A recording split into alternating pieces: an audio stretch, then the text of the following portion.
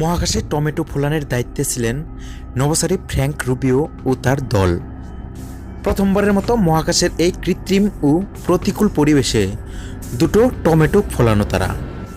তবে ফলানো টমেটোগুলোই আবার মহাকাশে হারিয়ে ফেলেন রুবি। দেশে ফিরে এসে দেওয়া একটি সাক্ষাৎকারে তিনি এরকম তথ্য জানান। আন্তর্জাতিক মহাকাশ স্টেশন থেকে ফিরে এসে দেওয়া সাক্ষাৎকারে রুবিও জানান, মহাকাশে চাষ করা টমেটোগুলোকে একটি প্রেজেন্টেশনের জন্য ব্যাগে ভরে রেখেছিলেন তিনি, কিন্তু পরে ওই ব্যাগসহ টমেটোগুলো হারিয়ে যায়। তার বাকি নভোচারী বন্ধুরা তো মজার ছলে দাবি করে বসেন রুবিও নাকি নিজেই টমেটোগুলো খেয়ে ফেলেছেন।